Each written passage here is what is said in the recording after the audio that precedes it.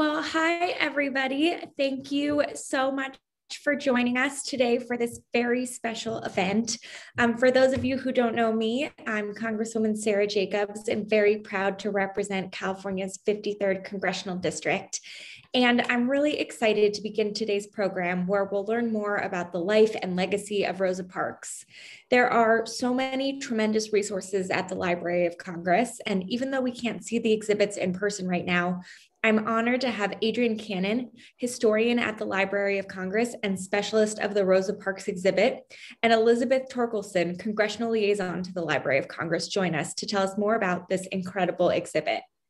As you all know, February is Black History Month, and it's an incredibly important opportunity for us to reflect on the past, honor those who took a stand, or in this case, took a seat in the face of injustice, and celebrate the contributions that Black Americans have made to our country in so many ways.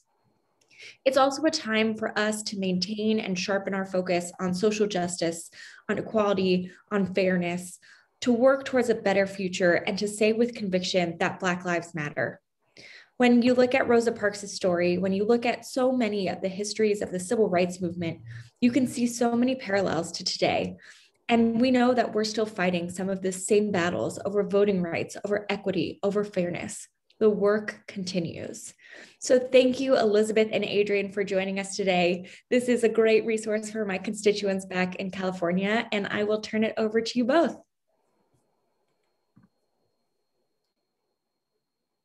Good afternoon. I'm Adrienne Cannon. I am the Afro-American History and Culture Specialist for the Manuscript Division and the curator of Rosa Parks in her own words. Rosa Parks in her own words is the first major exhibition of the Rosa Parks collection. The Rosa Parks collection spans 140 years of family history and consists of approximately 10,000 items that document Parks' heartaches and triumphs, her everyday life, her activism, and her legacy. Included are manuscripts, photographs, books, honors and awards, drawings by school children, and hundreds of cards thanking her for her work. The exhibition opened December the 5th, 2019, the 64th anniversary of the Montgomery bus boycott. The boycott, a pivotal event in the civil rights movement, was sparked by Rosa Parks' refusal to give up her seat to a white man on a segregated city bus in Montgomery, Alabama on December the 1st, 1955. The exhibition moves beyond that single celebrated act of civil disobedience to tell the full story of Rosa Parks, the seasoned, lifelong activist, the woman behind the civil rights icon. To tell the story, the exhibition draws extensively from the Rosa Parks collection. Supplemental materials are drawn from the NAACP records, Brotherhood of Sleeping Car Porter records, the National Audiovisual Conservation Center, and the Prints and Photographs Division. The storyteller is Rosa Parks. Rosa Parks' words are represented in the exhibition by examples of her personal writings on display and quotes from her personal writings from her book, Quiet Strength, printed on wall panels that introduce each section, in the exhibition's 6 unique looping films, and in the prints of artist Amos P. Kennedy, Jr. The exhibition immerses visitors in these various representations of Rosa Parks' words, as well as photographs that she accumulated throughout her life, allowing her to tell her own story. The story unfolds in 4 sections: early life and activism, the bus boycott, Detroit 1957 and beyond, and a life of global impact. Next slide, please. Early life and activism focuses on the childhood experiences that shaped her character and activism. Rosa Parks was born in Tuskegee, Alabama on February the 4th, 1913, to James Macaulay, a skilled carpenter and stonemason, and Leona Edwards Macaulay, a school teacher. On the left is a photograph of her birthplace. Rosa's parents separated when she was 2.5 years old. Leona moved in with her parents in rural Pine Level, Alabama.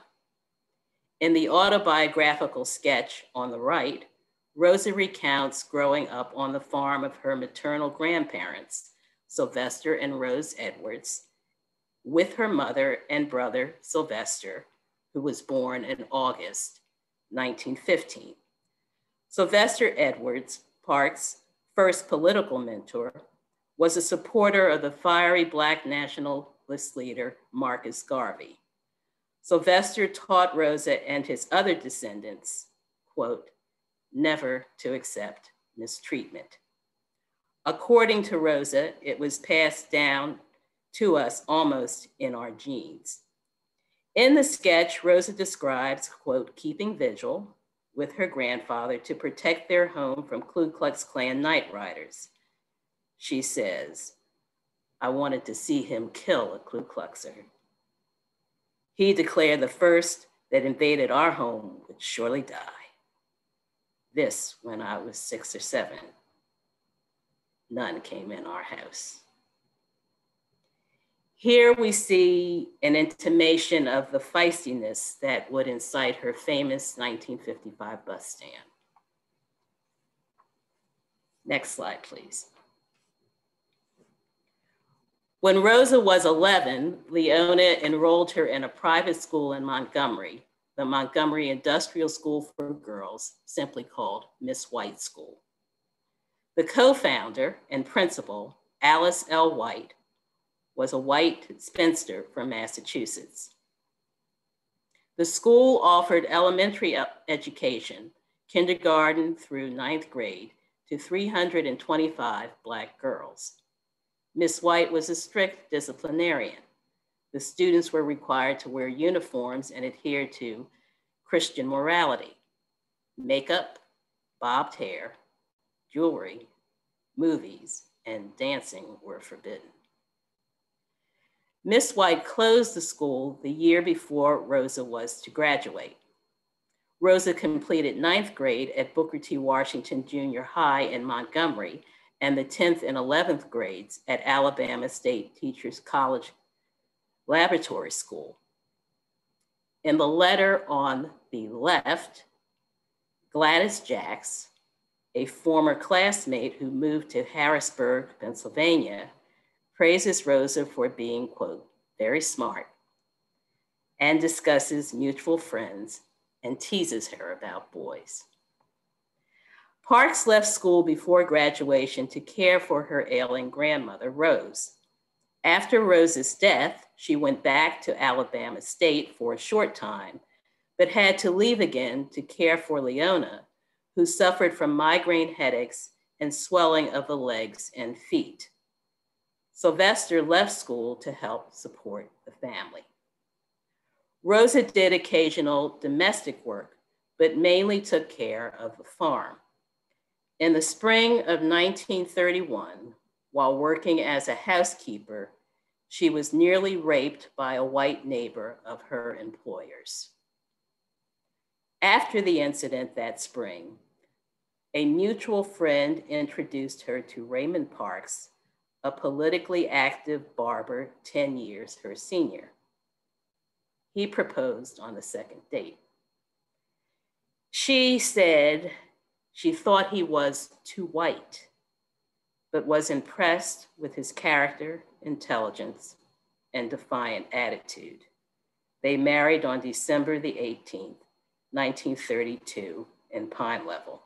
And on the right is a photograph, a 1947 photograph of Raymond Parks that Rosa carried in her wallet. Next slide, please.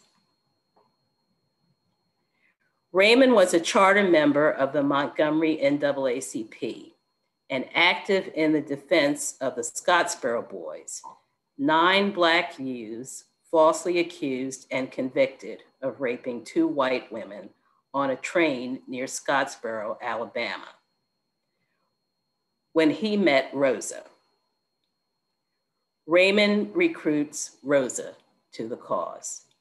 He teaches Rosa how to channel her natural feistiness into constructive political action.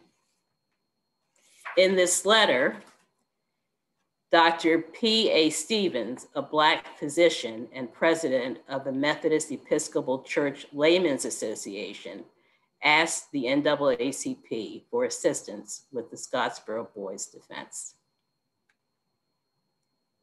In 1943, Rosa Parks joined the Montgomery NAACP and became its secretary, succeeding her friend and former Miss White school classmate, Johnny Carr.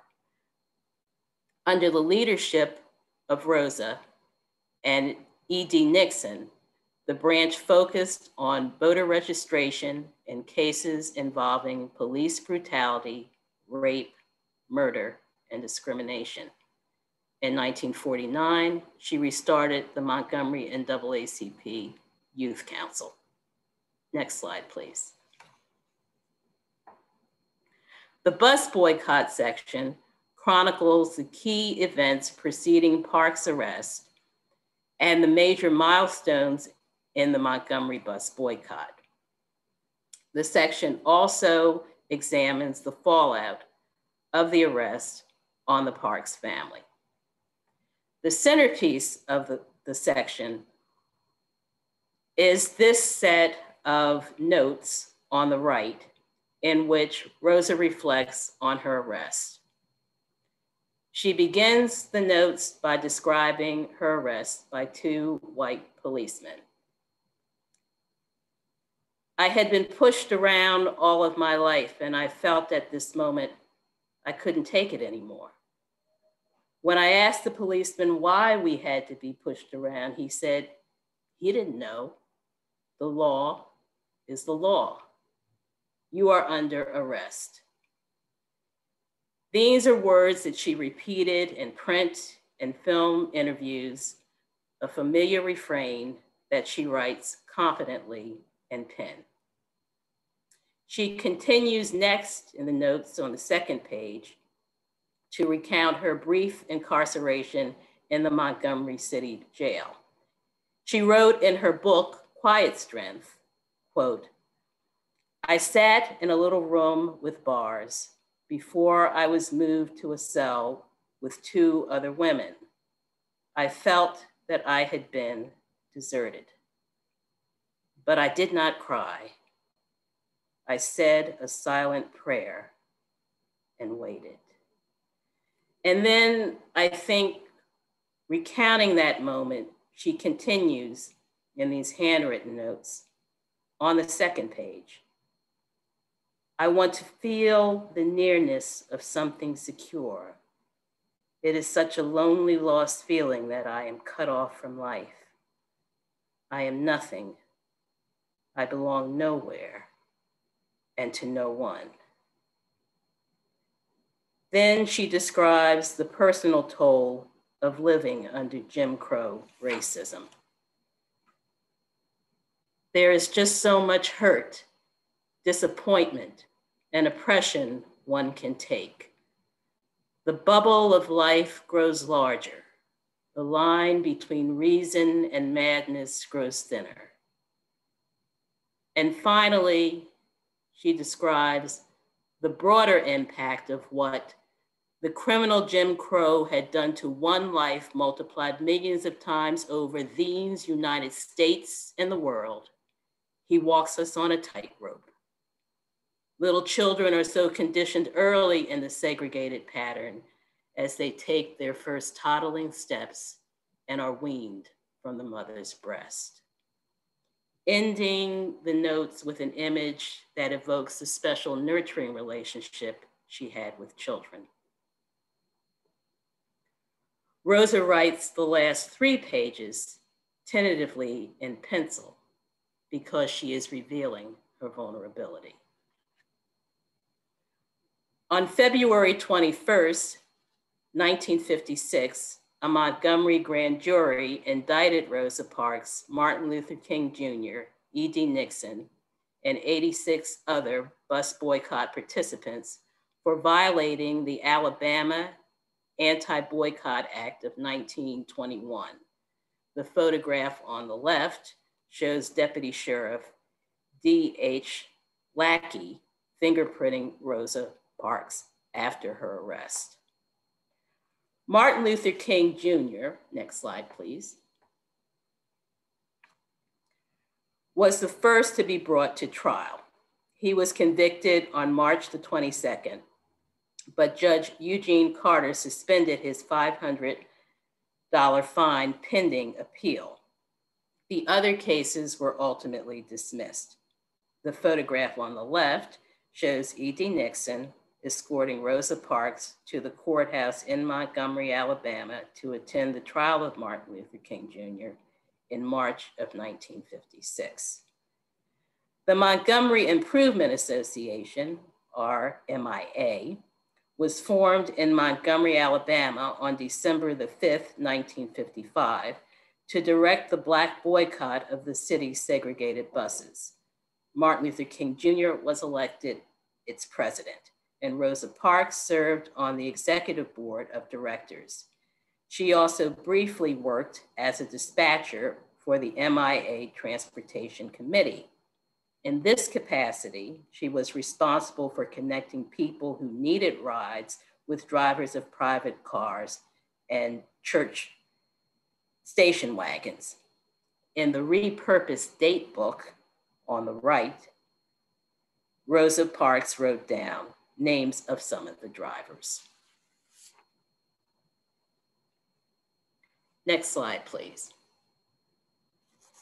In 1956, Rosa Parks traveled across the US, making appearances on behalf of the bus boycott and the NAACP. In the spring, she flew to Detroit, Seattle, Los Angeles, Oakland, Chicago, and Indianapolis before spending 2 weeks in New York. There she met Roy Wilkins and Thurgood Marshall, toured Harlem with Ella Baker, and addressed the Heroes of the South fundraiser rally at Madison Square Garden. Eleanor Roosevelt, A. Philip Randolph, E.D. Nixon, Sammy Davis Jr., and Pearl Bailey also participated in the rally. Rosa writes to her mother in the letter on the right about her time in New York.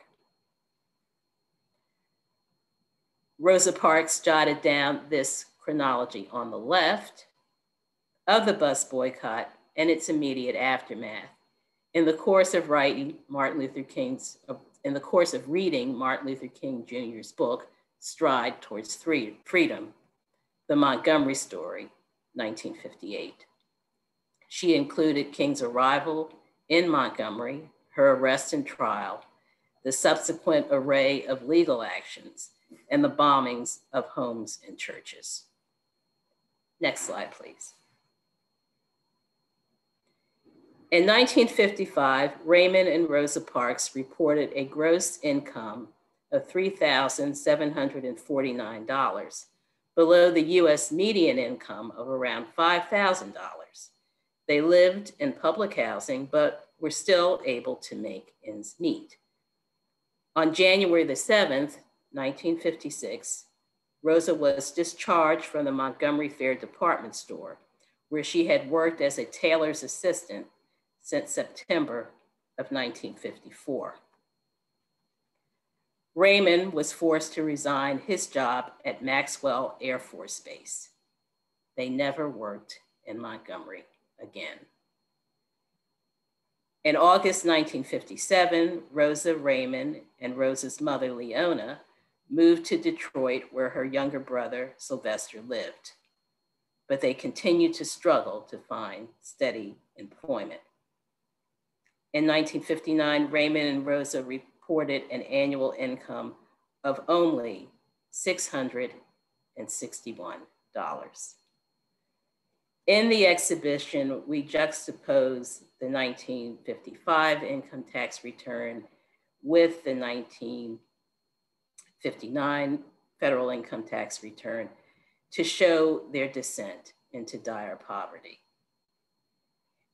In 1965, Congressman John Conyers hired Rosa as an administrative assistant in his Detroit office. The position restored the Parks' financial stability. Next slide, please. In Detroit, Rosa remained active in the civil rights movement.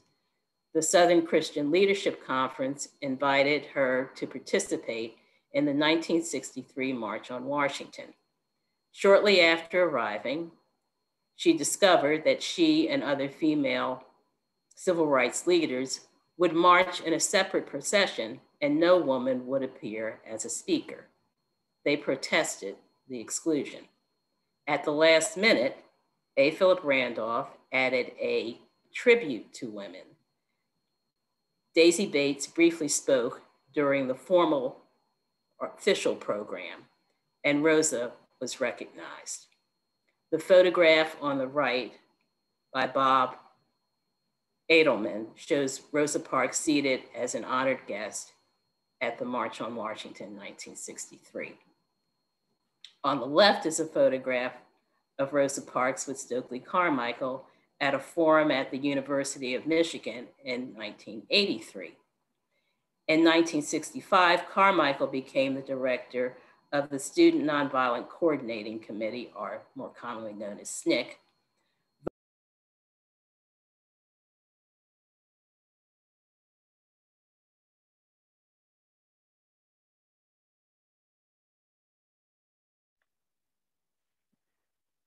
I'm not sure why we lost Adrienne. I'm hoping that she will hop on again very shortly. As you can see in the photo on the left, here is a photo of Rosa Parks with Stokely Carmichael in 1983. This is one of the photographs featured on our exhibition. And there's Adrienne back again. Thank you. I was just talking a little bit about the photograph on the left. Please feel free to keep going. Okay.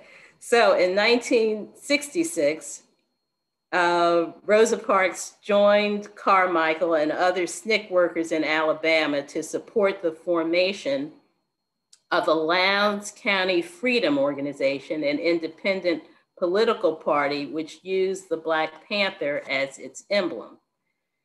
When SNCC established an alliance with the Black Panther Party, founded by Huey P. Newton and Bobby Seale in 1968, Carmichael was named Prime Minister of the party. Next slide, please.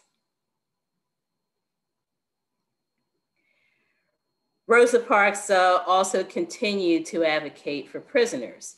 She retained her interest in interracial rape cases that began with the Scottsboro Boys case in 1931.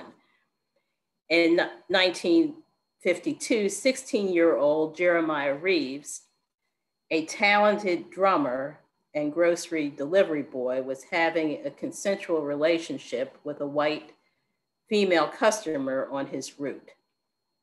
When the affair was discovered, she cried rape, and he was convicted and sentenced to death. The Montgomery and NAACP interceded. Rosa Parks corresponded with Reeves and helped get his poetry published, but despite persistent efforts of the NAACP and Martin Luther King Jr., Reeves was executed on March the 28th, 1958, at the age of 22. And on the left, you will see a letter that Rosa wrote to her mother, Leona Macaulay, where she alludes to Jeremiah Reeves' execution.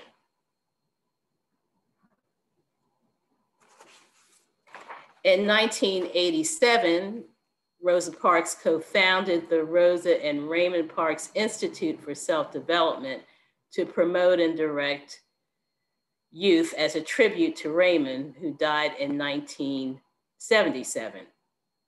Raymond was largely self-taught and orphaned by his teens. He always wanted to attend college. And one of the first programs that the Institute established was a college scholarship program. Next slide, please. In the 1955 bus stand established Rosa Parks as an international symbol of human dignity and freedom. Her humble demeanor and philosophy of quiet strength were particularly resonant in Asia. In a letter in the exhibition, physician author Deepak Chopra recounts being touched by Rosa's bus stand as a young boy in India and the effect that it had on his parents and family who, he says, shared wounds of slavery and subjugation. They cheered and saluted the heroism of the Black woman, Rosa Parks. Rosa also had her books translated into Japanese. These three calligraphy strips on the left show Mrs. Rosa Parks written in Chinese, Arabic, Hindi, and Tamil. They further attest to the high esteem in which she was held. In 1994, American gospel singer Cindy Peters organized the One Day of Peace Festival in Stockholm, Sweden, in honor of Rosa Parks. Rosa attended the weekend event, which included concerts and seminars. During an evening ceremony, Rosa was told that a foundation established by Peters had endowed a Rosa Parks Peace Prize. She was asked to choose its first recipient in 1995, the 40th anniversary of the bus boycott. And the photograph that you see on the right shows Rosa Parks with Cindy Peters. Next slide, please.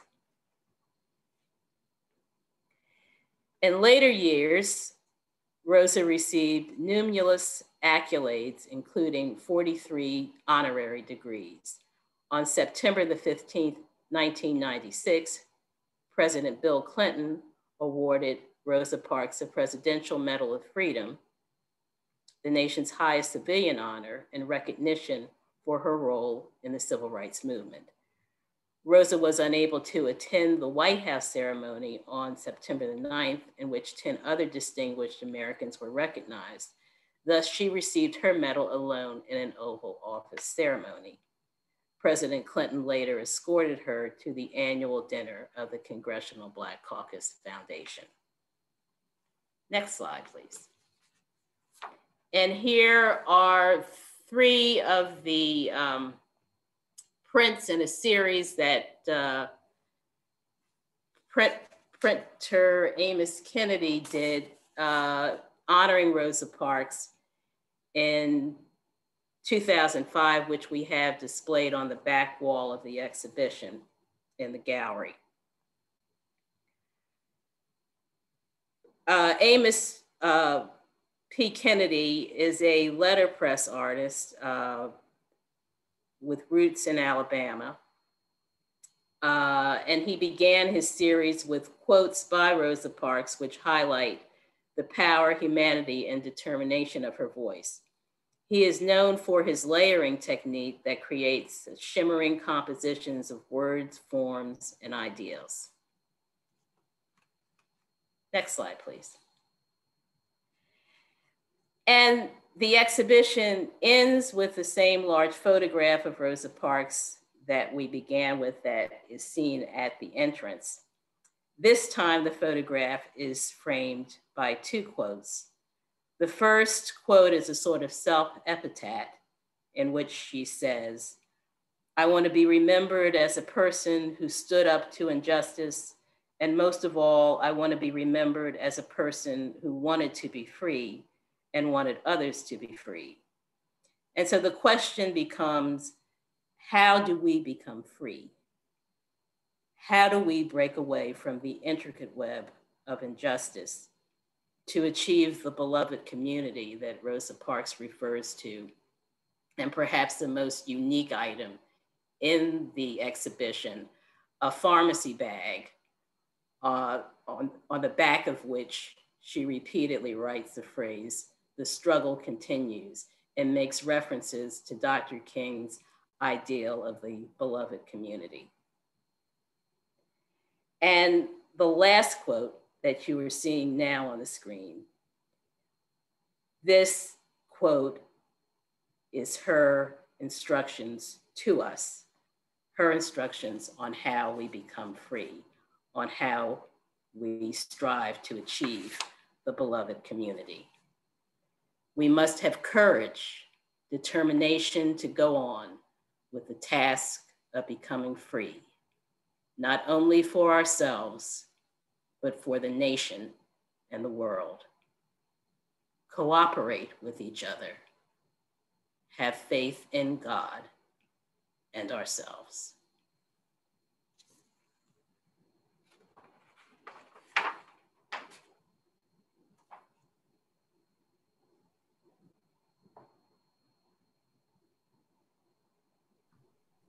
Well, thank you so much, Adrienne, for that presentation. I know that I learned a lot. I hope everyone who watched it as well. I see you have these amazing resources for anyone who wants to learn more. And I'm just really grateful to you, Adrienne and Elizabeth, for all the work you all do at the Library of Congress and for everything that you do to make sure we continue to know about and learn more about the amazing woman that Rosa Parks was. And I know all my constituents watching here today really enjoyed the presentation as well. So thank you all so much, everyone watching. I hope you go to these links and learn more, and just remember that the work continues to make real the dream and to make real the society that Rosa Parks fought so hard for. So thank you all again, and have a great rest of your day.